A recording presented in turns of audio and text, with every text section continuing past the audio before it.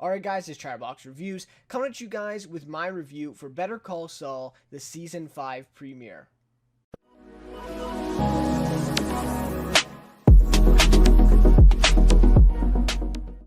Alright, so we're finally back for Better Call Saul Season 5. So it's been 16 months, right, since the last episode aired for Season 4. Not just the premiere date, so that would put us at 18 months for the premiere date, but for the last episode that aired, 16 months. So really, really crazy. And I know a lot of people are, including myself, have complained in the past about how they take so much time in between seasons, and it really does make things hard to remember. And when I was trying to think about this, reflecting back as well, I hardly remember a lot of the stuff in season 1 and 2. Like season 3 and 4 I'm pretty good with, but season 1 and 2, I mean, I haven't done a rewatch of the show, which I wanted to do before this, but I didn't get the chance to, where I might do that at the end of season 5 again. But it's hard to remember these things after so long, and especially with me, and I watch a lot of TV shows, and so, especially at one time, and so really hard to remember between the seasons and what happens and stuff. But I had a pretty good idea of season 4 because I did reviews on the channel here for every episode. Really enjoyed season 4. I thought it was the best season of the show yet, and this one is shaping up to be. What a fantastic premiere episode. It's just weird being back, right, for this show, and it's just so awesome because this really is the best written, and I would go as far to say is the best directed show as well, or at least the most originally directed show on TV. So I did give, in the summer, because Saul was not on in 2019 at all, I did give that kind of role to Succession on HBO. I really thought it was the best TV show of the year, and the writing, directing, just flawless. But I don't know, this one, it's hard to compare the two because of my love for the Breaking Bad universe and all that stuff, but this one might take the cake, especially these first couple episodes, which I also just want to touch on as well, and that's why I'm a little late with this review as well. I tried to get it up earlier in the week, but because they did episode 1 on Sunday because they wanted that lead-in with The Walking Dead for the ratings, and then they did episode 2 Monday. So it's a very weird way that they started off the premiere for this season, but it is what it is. So that's why I'm a little late with this, because I had to catch up on 2 episodes and watch all the way through them, and a little bit busy during the week as well. So that's what it is. Hopefully, going forward, this will be the next day or within a couple days of the episode, I'll be getting these out. But anyways, with all that being said, I'd love to hear your thoughts of this premiere episode and where you think Season 5 is going to go from here. I know the majority of you guys have probably already seen both episodes. I'll be making 2 separate review videos for them. But yeah, if you've seen the second episode, please feel free to share your thoughts on that one as well. Would really just like to hear what you guys have to say about this one. Love discussing this show. It's my favorite show on right now. Breaking Bad being my favorite show of all time. So yeah, just love to talk with you guys about it. That would be awesome. And if you enjoyed this review, please leave a like and consider subscribing to the channel as well. Would really appreciate that. But without any further ado, let's get into a bit of a recap, a little bit of a shorter recap for this episode, and then we'll get to my rating, favorite character, and then some more overall thoughts of kind of where I see this season going with what they gave us in this episode, and kind of see it long term. Especially with the connections with the Breaking Bad universe. We saw a few of those last season, but we do know now that Hank and Gomez, or Gomi, right, are going to be in this season, so a lot of crossovers. I don't think Bryan Cranston and Aaron Paul are going to be in this one, but it is shaping up to be that we might see them in Season 6. So anyways, a lot of talk about that towards the end. So, alright, let's get into this recap then. So we start off this episode with this flash forward sequence. At least that's what I call it, right? The flash forward. Because this isn't just a normal, flash forward. It's actually a flash forward past Breaking Bad time, right? Which is really interesting. I'm not sure what other shows have really done this, and they've really kept it up. At the beginning of each season, they do one of these big flash forward sequences. I think this is the longest one to date, by the way, because this was about 12 straight minutes of this episode, which actually took up a quarter of the runtime. So that was really interesting, that they really gave us this much, and I really liked what they gave us for sure. So we start off here. We basically resume right where we left off with last season's kind of sequence, and I'm not sure if they did that in season 3 and 4. I think season 4 was kind of a new event that happened or a new situation, but this one picks up right after. So we see the aftermath of season 4's fainting incident with Gene, right? How he faints at the Cinnabon. He's taken to the hospital. He gets the cab ride home. The guy is an Albuquerque sign. All that stuff, right? And so now we see he's paranoid, right, by the hospital visit and the like I said, the cab driver experience, right? So he actually goes out to Missouri. I guess, is that what we were led to believe, right? He switches license plate to Missouri, or at least just goes away for the weekend. I think gets out of town, gets away from his apartment, right? Make sure that no one's coming for him, right? Or if people were, that he's not there anymore. And so, yeah, so for a few days, he goes away, at least somewhere. I think it was, leading us to believe that it was Missouri, right? Because he's in Nebraska. Anyways, so then he reluctantly returns home eventually after the few days to work, and love the sequence though too, but before he goes into his house, he camps out across the street in his car, and of course we see him listening to the radar, right, on the radio of the cops, seeing where the cops are and if they're talking about him and all that.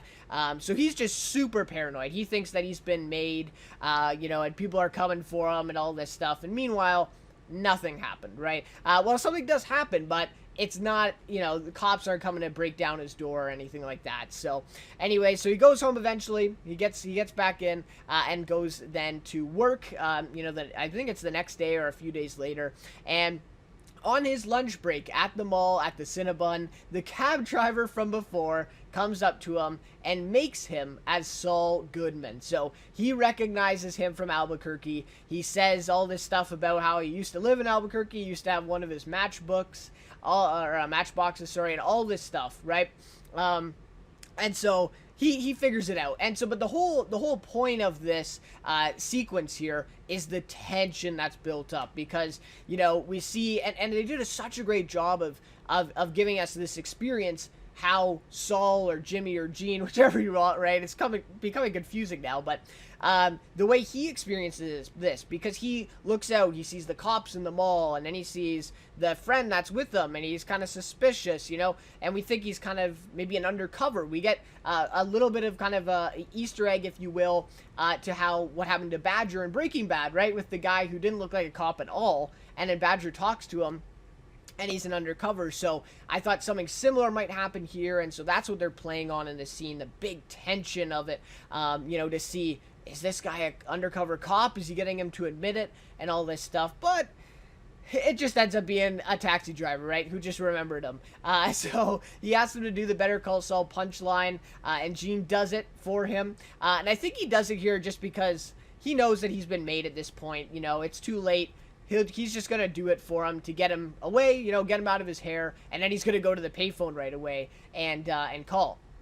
Right, so anyways, like I said, such a tense scene building up to this, right, and of course Jimmy doing the Better Call Saul with the point, really awesome stuff. And I thought also, too, the reason that he does it is that he legitimately can't refuse. That's still a part of him where he has to have this showmanship, right? He has to have that kind of ego boost, if someone's asking him, let's hear it, Better Call Saul, and he has to do it. So I thought that was maybe part of it too. But yeah, so it turns out the guy's really just a cab driver. He remembered him from Albuquerque, and that's what it is. So he then goes to the nearest payphone right after this guy leaves and calls the disappearer.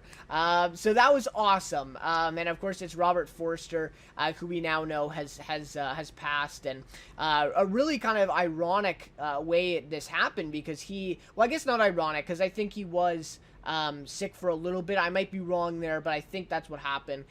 So it wasn't just kind of an out of the blue thing, but he did do his scenes for El Camino, and I also saw in the sneak peek that these scenes here with him in it were actually filmed during the filming of El Camino. So Vince Gilligan and his team did these shots, right? Peter Gould and his guys sent over the scripts, and then Vince Gilligan shot the parts with Robert Forster in them. during El Camino, and then of course Robert Forster passed away on the premiere date that El Camino comes out. And so that's another interesting twist too, because this will be the last time that we ever see the Disappear or ever revisit this timeline, because the actor playing the character is now gone. So that's an interesting one too to remember, right? Because now we will never, this will be the last time we ever hear this Disappear thing ever happening, or somehow they could rework it, I guess, but probably not. Anyway, so he calls the Disappear, he calls Robert Forster to get relocated again, because he's made, right? He's been made, no turning back, now he's got to relocate again. But while on the call, he looks out and decides not to go through with it. After talking to him on getting all the plan ready to go, and then he changes his mind. Instead, he says he will handle it himself. And then he hangs up the payphone. So, that was a really cool little thing there with Robert Forster, that whole sequence there, and, you know, him saying, oh, I'll handle it myself, right? And so we really get the sense that he's finally done, you know, constantly running away from all these problems, running away to the next thing, you know, hiding out here. And this was a very similar thing we saw with Walter White, right, at the end of Breaking Bad. While he goes to, where did he go? Is it Alaska? Anyway, he goes and yeah, I'm forgetting right now. Or North Dakota, something like that. Anyways, he goes away and he's hiding, but he can't resist, right, going back, because it's just like, well, I'm not gonna hide out, you know, the rest of my days. And so I think that's something that Gene or Saul or Jimmy, right, is feeling as well. Is that he's tired of running away from all these things. He just wants to live the rest of his life, you know, and kind of just go through with it, like get comfortable in a place. And so this is a very interesting thing here, and he really is ready to stand his ground at this one. So a very long sequence this scene, but this season, but a damn good one. Like I said, really, really awesome, man. I do think as well, with him saying I'll handle it myself, this really sets up for a really great storyline that they can really flesh out in season 6, and that's the next time we'll revisit this timeline, most likely. And to me, what I've been saying for a little bit now is I think they might do something similar to how Breaking Bad ended, where the last two episodes of Better Call Saul, where we do know it's extended, so they have 13 episodes for next season, for season 6. But the last two episodes I think might be like Breaking Bad, where they work it as Ozymandias of Breaking Bad is, you know, I think arguably the de facto finale, right? I mean, a lot of the stuff is wrapped up with that one. You could have left it at Ozymandias. You could have, right? But instead, they then do the big time skip, and then we get Granite State and Felina, which are two totally different episodes than Ozymandias, because of the time skip. And I think that's what they're going to do with this. I think the last two episodes, or the last few episodes of Better Call Saul, are going to be just in the timeline with Gene and him trying to rework this situation, you know, and possibly getting rid of this cab driver or something like that, to cement his place there, and so he won't be recognized in the future. Anyways, that's what I'm hoping for, because I think that I don't think this can just be resolved in one little sequence at the beginning of next season's premiere. They're setting up something big here, right? And I think that's what they're going with it. So, love to see that. All right, so that's enough talk about the opening sequence there, but really great stuff. So then, after striking out on Warner, right, last season, at the end of last season there with Lalo trying to track down Mike and all that stuff, so Lalo's still hell-bent on spying on Gus and his operation and finding these flaws and trying to get inside the mind of Gus Fring, which we know is pretty much impossible, you know, as we've seen in Breaking Bad. And even so far in this show, right? But Lalo's kind of an outsider. He's new to this, right? So he asks Nacho and Crazy 8 about Mike and the others, and they don't really tell him anything, right? Nacho's very, you know, kind of restrained, right? He doesn't tell them anything. Crazy 8 doesn't really know anything. But they do tell him that some dealers have complained that their stuff has been stepped on, as they say, or that it's lower quality than usual. And since they're getting it from Gus and, you know, at his chicken farm, as Lalo calls it, you know, the Los Pollos Hermanos warehouse, right? Lalo becomes very suspicious at this, and he decides where, you know, otherwise this would have just been a small little thing, like, oh, the dealers are lying, you know, it's not that big of a deal, right? They're just overreacting, and we're not going to pay much attention to this. But because he's already on Gus's tail and he wants any excuse, right, to keep on Gus and look a little bit further, he's gonna ride this one out. So that's what we see. So they go to one of the dealers, at this apartment complex, right? And we see Lalo splits I think it's the meth, right? So he splits the meth into separate piles, and he claims that there's a difference between the two, right? And so he's basically pointing to Gus screwing them, right? And giving them inferior product. And then he questions Nacho on how, this happens, how he's screwing them, right? Nacho says he just picks up random ones every week and all this stuff. Which is true, and I can't remember in season 4 if this was actually purposely done, or it really is just kind of an accident, more or less. I really can't remember. I know there was a lot of stuff at the beginning of season 4 with Nacho going to pick it up, and some kind of controversy around that. In those scenes with the guys and Victor and Tyrus and all that stuff. So there's been some feud, and I can't quite remember if that was actually purposely done where they got inferior product. But anyways, and so this is what he's claiming, and that is what he's going to ride out. Nacho trying to calm him down here, but it's not working. Lalo is hell-bent on the chicken man as he, or Gus, and that's what he's going to do. So now we see this scene, which was also really great, really tense. So Lalo goes to the chicken warehouse to talk to Gus and Juan Bolsa, who's kind of the big, the big guy here, who's kind of the middleman, I guess, between Don Eladio and then Gus and the Salamancas and everybody in that region. And he's an important part to play too. Of course, we know his fate in Breaking Bad there, where Gus kind of works his death into things as well. But he's a really interesting character too, because, and I don't think he really holds that much power, actually, if we're being completely realistic. But if he died, Don Eladio probably would not be happy, and he's kind of the king guy. And again, with this whole dynamic in this episode, it really shows how important Gus killing Don Eladio was in Breaking Bad. And I feel like it really adds a lot to that storyline in Breaking Bad, whereas, during watching it, it's like, oh, well, he killed this big cartel boss.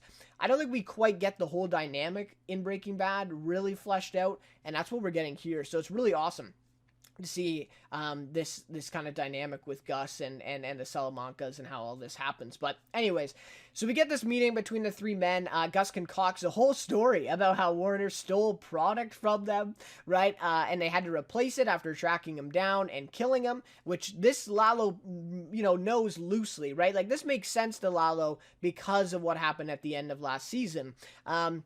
He then takes him to the construction of his new chiller, his new chicken chiller, right? And all this stuff. So this is just a completely fake setup, right? I mean, I think that's what's going on here. Because, of course, the lab's at the laundromat. It's not even anywhere close to what these Germans were actually working on.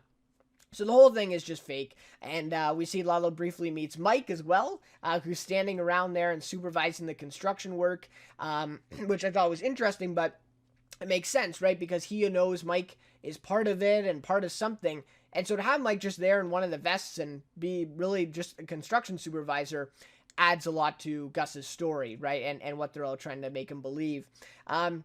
So anyway, so he meets Mike, which is a very awkward scene. Mike, he kind of knows what he's about, right? So anyways, so then Lalo says he's satisfied. He's satisfied. He's good, right? And, Gus apologizes to him, says it'll never happen again, right?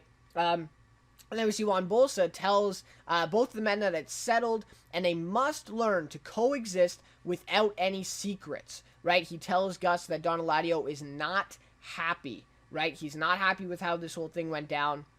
And Gus, can't have secrets anymore, right? He can't have secrets anymore. He's got to coexist with the Salamancas. And again, really just building up this dynamic, because again, I don't think even the Salamancas and Gus, that whole thing is pretty much done by the time Breaking Bad comes in. I mean, Tuco still has that role and still has quite a bit of power, but it's pretty much Gus, right? And so I think this is really building this up as well. And once Lalo goes, I mean, that's pretty much it for the Salamancas, right? Because I think Tuco getting out of prison, they might throw that into the end of Better Call Saul. I think that might make sense. But they might just leave it until Breaking Bad, until he gets out as well. Because we're not completely sure on what those details around him getting out and what that timeline looks like for that. And so, anyways, so of course, Don Ladio, the guy that got Gus kills in Breaking Bad, and like I said, it really shows that dynamic, a lot more with that. But Lalo leaves, right? And meanwhile, Gus just completely lied to them and got away with it, right? He really is the master at this stuff and building up these fake facades of things, and that's his whole thing, right? Like that's his whole persona. That's how he gets away with it for so long in Breaking Bad as well. Just a fantastic job at fooling them, but the biggest thing is that Lalo is not fooled by this, right? I think this is what he says too, and that Juan Bolsa does believe him, right? I think Bolsa, like, more or less, or just kind of wants to believe him, right? He's like, yeah, okay, sure, right? But make sure it doesn't happen again. Lalo, he's not done yet, right? Like, he suspects something. He'll take this for now, but he's still going to look into Gus, and he still suspects that something is going on here, right? And that's the biggest thing. Lalo's no dummy. And I really like that they're building him up here, because he's going to be the big antagonist going forward in this season. And obviously we know that he's not really around in Breaking Bad. We get a mention of him with Saul when he, is introduced in Breaking Bad. But other than that, Lalo's not in it. Obviously, he doesn't appear in Breaking Bad. So really interested to see where they're going to take this character. And I'm really happy that they kind of introduced him last season. So now we can really flesh out his kind of his arc going forward now in this season, going forward for sure. All right, so now we get to the Saul and Jimmy part of the episode, which I thought there was a little bit more focused on it in this episode. Episode 2 is a lot of cartel and a lot of the Gus Mike side of things, which I will say, like, they've balanced it pretty well throughout the entire runtime so far, with all that stuff. But this episode, I thought, was a lot of focus on Jimmy and Saul, and they needed to because of the way that last season ended.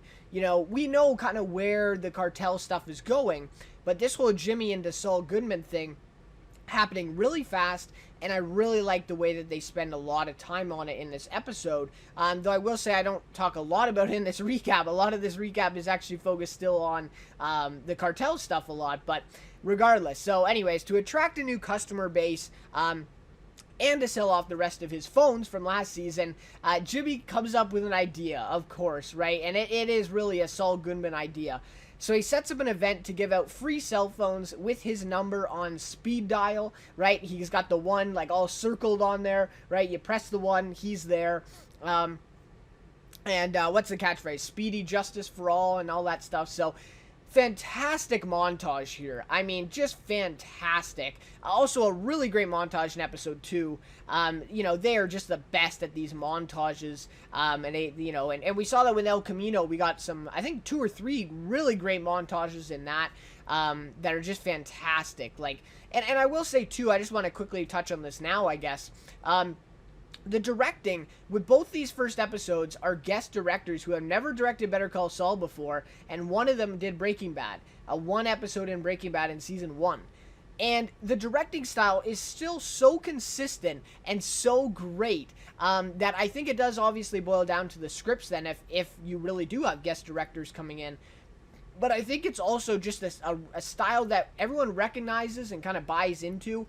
And it's just such a great style, and you really see it coming through in these montages. So this really is kind of the Magic Man, the title of the episode. This is where that comes from, and that's where this montage is really focused on, because he almost is kind of like a clown, right? He sets up this colorful tent, and everyone's coming in. It's like a carnival event, really, and that's the way he sets it all up. So we really begin to see this Saul Goodman personality in this sequence, right? We know this personality from Breaking Bad. We recognize it, and now it's really coming out and coming to the surface here, where of course we've seen the slip in Jimmy, the little glimpses of it here and there throughout the 4 seasons, but now it's like, okay, this is Saul Goodman. This is who we really recognize from Breaking Bad, and he really is a salesman. He's a showman, above all else, above the law, above all that stuff. He is a salesman. He really loves to just go big and show everybody. And these big spectacles and all this stuff. That's just who he is, and that's who Saul Goodman is. And so we really see that in this scene. Just a fantastic scene. And so after many people come through the tent, he runs out of phones and then does what he didn't want to do, which is then he offers people a 50% discount for his legal services. And so this as well shows that he just doesn't want to disappoint people, right? He's always looking for that, he always wants to just reach his goals, and he'll do anything, not anything, I shouldn't say that, but he'll kind of take the shortcut to get to those things. And so, of course, he knows that he shouldn't do the 50% off thing. He talks to Kim before, in the kitchen while they're having that conversation, which he, of course, misunderstands, but he still says, oh, yeah, no, that 50% off thing's dumb. But he still does it in this scene because he just can't help himself. With all these people around, he has to still put on this show, and that's the way to get them in. So, anyways, he offers the 50% discount, which we see, of course, episode 2 is called 50% off, and we see that kind of play out and the consequences of that decision. So it's not just a little thing, even though it appears to be. And that's like all of Better Call Saul, right? Like the smallest little things in these episodes will end up being the biggest thing later in the season. And, literally last season with the Warner Germans thing, that was like nothing, at the time. It's like, oh, they're building a lab. This is cool. And that's like the whole thing of season 4. So, really crazy. And that this is going to, obviously, come back later in the season for sure. So anyways, he's officially in the game now. He's got his name out there. He's talking to all these clients, right? If it wasn't the phones before, now he's really got them with the whole Saul Goodman lawyer thing. So I love this Huel. I love to see Huel in any of this stuff. Really awesome part in season 4, by the way, for Lavelle Crawford. He's great. But anyways, Huel asks him if they're done, right? Everybody kind of walks away from the tent. Asks him if they're done. And he says, it's just the beginning. So, of course, right, it is just the beginning for Saul. Of course, we know the billboards, we know all the cards, the matchboxes, all this stuff is coming down the drain, a little bit later on. And this really is just the beginning. So, really great stuff. And notably, too, he tells Kim earlier that he can't go back to Jimmy McGill since that is forever attached to Chuck and, what he thinks as his loser brother. I thought this was a really interesting thing, and I just wanted to touch on it here, even though it happened a little bit prior to this scene. Where Kim gives him the JMM briefcase. And this was a really great thing because I think this really explains, why he's pivoting, why this really like abrupt pivot to Saul Goodman now. Because it does, in a way, it does feel kind of a little bit sudden. It does feel a little bit abrupt. But it doesn't because of this stuff like this and this reasoning. And he's not wrong, right? Like, that Jimmy McGill name is forever attached to his brother, especially because of his brother's death. And so, with him being the Saul Goodman persona now, he's like completely throwing that away. And I'll talk more about that in episode 2. We see that with Howard when he comes in, in episode 2. But, so it's like, it's really this new chapter for him, and he just wants to completely throw away that Jimmy McGill name. And that's a really interesting thing. Again, is he wrong for doing that? It's definitely interesting. So I really liked, it's kind of that moral ambiguity because we know, Saul's not the best guy. That's probably not the way you want to go. That's not the lawyer you want to be, really. But he has his reasons to do that. So anyway, really, really great writing there for sure. So then we get Mike's part of the episode here, which I thought was really actually probably the most surprising of the episode, really. So Mike takes the Germans out to the desert and dispatches them in cars and on their eventual flights back to Europe, not before he punches Kai in the face. This was really satisfying because, of course, this is the guy who was acting like a smartass all of season 4.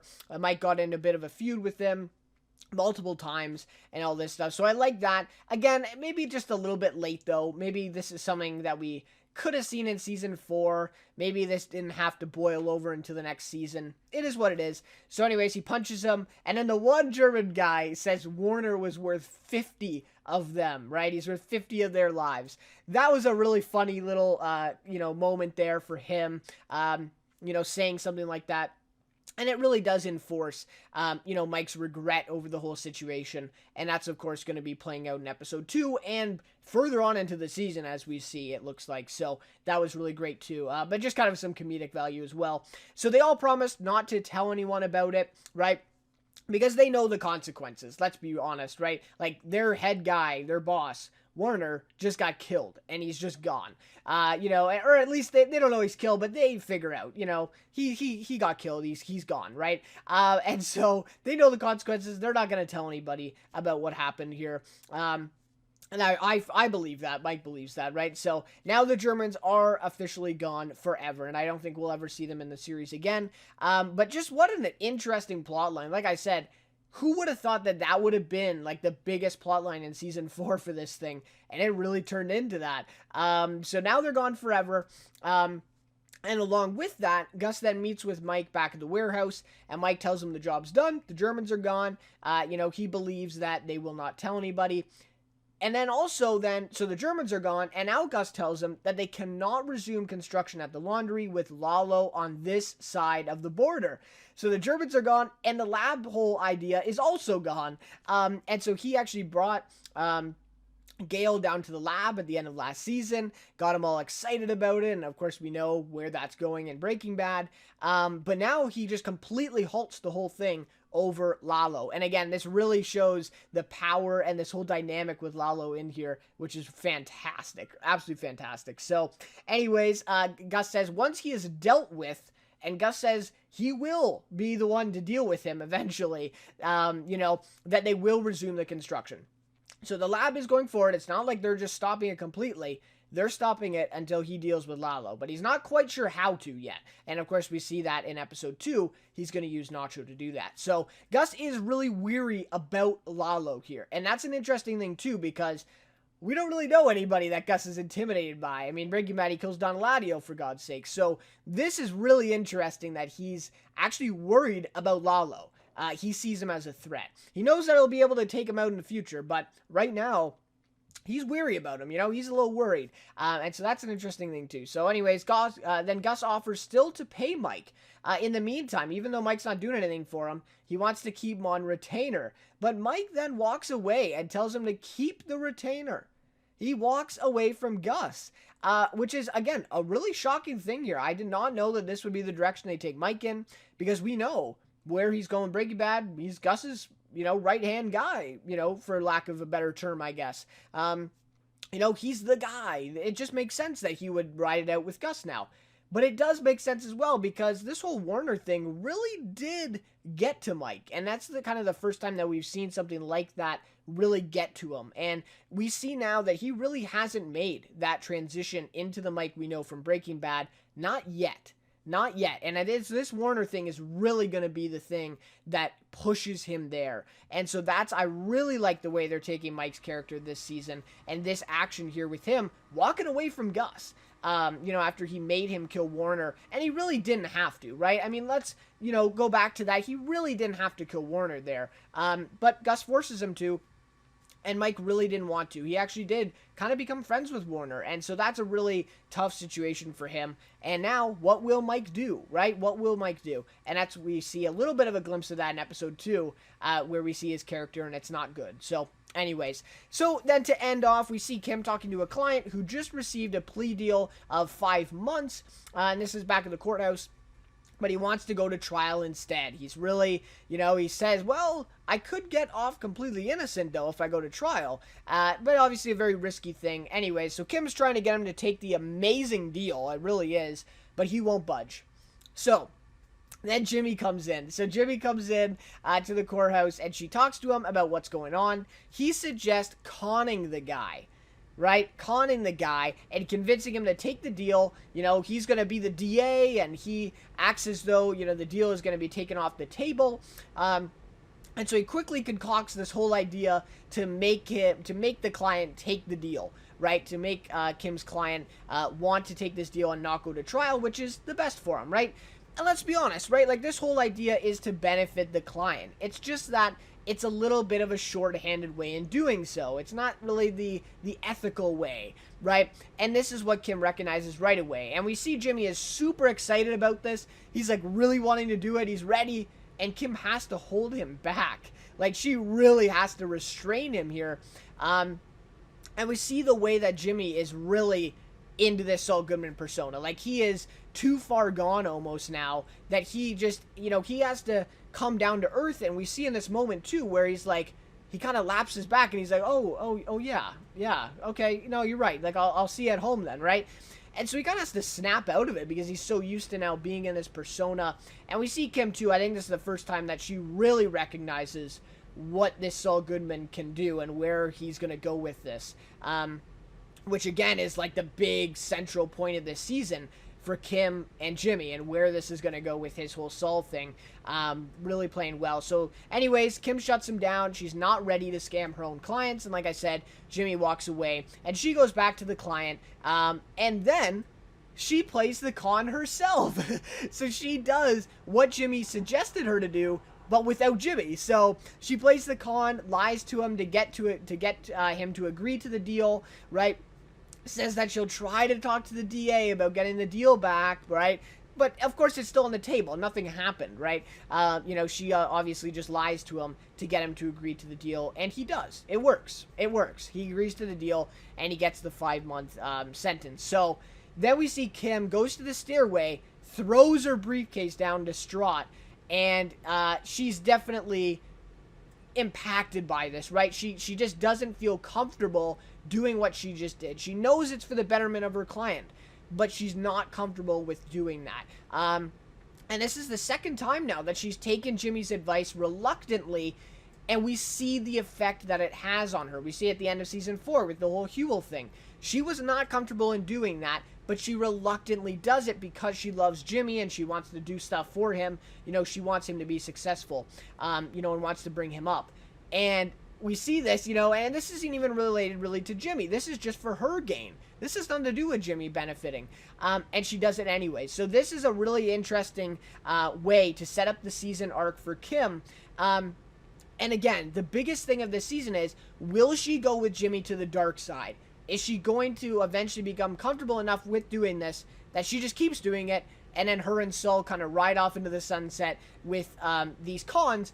Or is she going to have to leave him to remain good, to remain ethical, and practice law the way that she wants? That is the central question for this season, and has really been the question ever since we started this.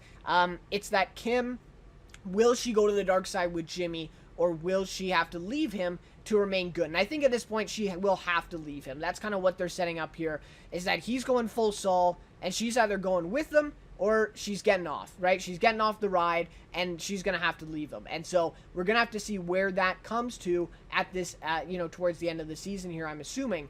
But it's really great, and a really great setup here for Kim in this one. So really awesome stuff there. That is where we end off the episode this week.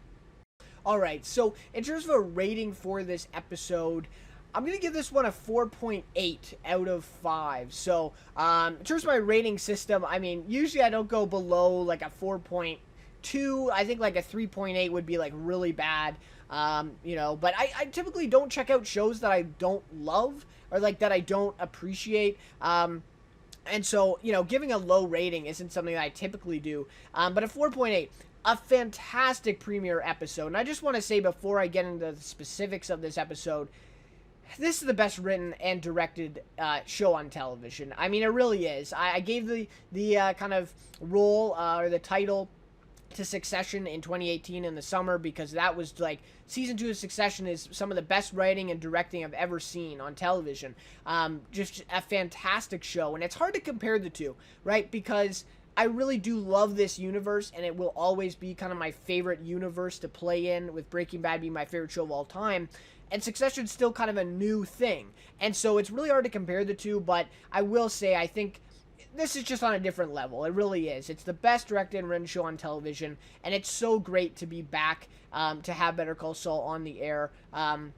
And it really is too long in between seasons here, unfortunately. But it's really great. And I saw the ratings for this. It's like a 1.6 million watch this episode live. Man, it's like, but it's like the 1.6 million that are watching the show are like, they love it, right? And just like me, they love this show and they're gonna watch it regardless. So anyways, the ratings are what they are. This show was never going to get the ratings that Breaking Bad got. It's just not that type of show. But, it really is the best written show on television, and directed. And I don't think the ratings need to reflect that, really. I think, it really speaks for itself in that way. But anyways, and a lot of people talk about it. I mean, the critics really love this show and talk about it a lot. It's just that it doesn't attract, the kind of common audience that Breaking Bad or Walking Dead did at one point. So anyways, I do want to make this point as well. The only thing that comes even close to this style and this level of directing is something like David Fincher and Mindhunter. That's like the one thing that popped in my head that I kind of thought of when I was thinking. I'm like, is there anything close to the direction in this series that's like as original and also as great? I might be Fincher and Mindhunter, because he does a lot of the kind of similar shots and angles, and a cinematography is somewhat similar, in these two shows. But it really stops at Fincher. Like, the other episodes of Mindhunter are not quite on that level, direction wise. And so, if you're comparing Fincher to the guest directors on this show, it's kind of hard to do so, but it's like I'm comparing it to the style. And that's really what makes Better Call Saul stand out as well, is the unique style, and that's something that really stands out in Mindhunter with Fincher. So anyways, I just thought I'd make a comparison. I'd like to hear your guys' thought on that one as well. But anyways, so really great premiere episode, of course, really setting up all the central points of the season. We're getting that Gus Lalo Salamanca dynamic, where that's gonna go. Of course, we kind of know where it's gonna end up, right? We just don't know how it happens. So that's gonna be a really interesting dynamic the rest of the season. And the way they're building up Lalo, I really love, because it really is giving Gus, a run for his money. It's giving him a fair counterpart, which he hasn't had so far in Better Call Saul. So I really, really like that. Really setting up well for Mike. They do this even better in next episode, but a really fantastic start to this. And of course, Jimmy and Kim. That's going to be the central point of this season, and where that relationship's going to go. And I'm not sure, are they going to end that in this season? I'm not sure how long that Kim is going to put up with Saul Goodman and make the decision either way. Or maybe this season she decides to go with Saul, and then next season she gets off the wagon and she decides to leave him. I'm not sure how they're going to do it, but something's got to give, and I think it's going to happen sooner than later with that. But I don't see that getting resolved before the end of season 6 for Better Call Saul. But maybe that might just be me. Maybe it might actually get resolved this season. I'm not sure. The Saul transformation is beginning rapidly this season, like it really is. Of course, we've seen the slip in Jimmy and all that stuff happening as we go along. But this is really Saul Goodman. I'm really happy to see it happen finally in season 5. And I think a lot of people last season were talking about how it might even happen in season 4, and all that stuff. But now it's really happening now, and it's like a logical transformation, even though it seems a little bit rapid or a little bit abrupt now. It really has been a logical development this whole 4-season run to this point. And we've seen these glimpses that they've given us, and now we're just getting full-blown Saul. So that's really great. I will say, though, my kind of only complaint, I guess, about this premiere is it was a little paint by the numbers. And I just mean by that is there's not a lot of surprises with this finale, or this premiere, and it was very similar to season 4's premiere. That kind of went exactly how you would suspect it. The only thing that was maybe a little shocking or surprising in this episode was the Mike decision to leave Gus. That's something I didn't see coming, but all the rest of this is kind of what you thought. Like, okay, Lalo's going to look more into Gus. They're going to resolve the German thing. Kim and Jimmy, gonna clash with this Saul thing developing, and, even the opening sequence was, you could probably piece that together. If they're gonna pick up then, well, this is probably gonna happen. So anyways, I just thought a little bit of it was paint by the numbers, but again, maybe that's just me watching Saul and knowing after all this time with what these things are setting up and what, is happening. Whereas before, I wasn't completely into it and invested enough to know. But like I said, I know like these specific moments in here. I'm getting better at predicting like, okay, this is gonna be big in the season just because we're watching Better Call Saul, that type of thing. So, anyways, I will say it was a little bit, kind of paint by the numbers, or a little, went the way you thought it would, but it was still fantastic at doing that, of course. So, really awesome stuff there. And episode 2, a lot different. There's a lot of big twists and kind of turns that you kind of were not predicting, really. So I love that as well. Favorite character for this one is Jimmy McGill / Saul Goodman / Gene Taktovic or whatever. Awesome. Bob Odenkirk. I have a feeling that he probably won't get his Emmy until next year, but man, am I disappointed that he didn't get it for season 4. He's a fantastic actor. One of the best lead actors on television, hands down. He's fantastic in this. The comedy comes out. Now him as Saul is going to be a different role for him to play, and I really am looking forward to it because I love that performance in Breaking Bad, and now he's going to kind of come back to that in this. Man, am I looking forward to it. So, and he's also done a couple things in between. He did Dolomite Is My Name, and Little Women. So he's kind of playing in that movie, environment a little bit more. Really great to see him in as many things as he wants to be in. Like, I'll watch anything that he's in, and it's good too because 16 months in between seasons, that gives some of these actors time to appear in other things and kind of gain more support and more fans, which hopefully then will draw to the show. So, in that sense, I guess that is good to have a bit of a break where these actors can do that. And Bob Odenkirk definitely did that, being in that, Oscar-nominated movie, Little Women. And I thought he was great in that, by the way, in his limited role. Fantastic. So, anyways, guys, that'll just about do it for my review of this one. I know this is a pretty long one, but, love being back for Better Call Saul and lots of stuff to talk about. So anyways, guys, thank you guys so much for watching this one. Really do appreciate it. And I'd love to hear your guys' thoughts. As I said off the top, what do you think of this one? And where do you think things are going to be going in Season 5? Where are we going to go? And what do you think Season 6 is going to mean then for the rest of this season? Just really like to hear your guys' thoughts on that one and discuss. But anyways, again, guys, thank you guys so much for watching this one. And we'll see you guys for next episode, Better Call Saul Season 5, Episode 2. My review should be out in the next couple days for that one. And we'll see you then.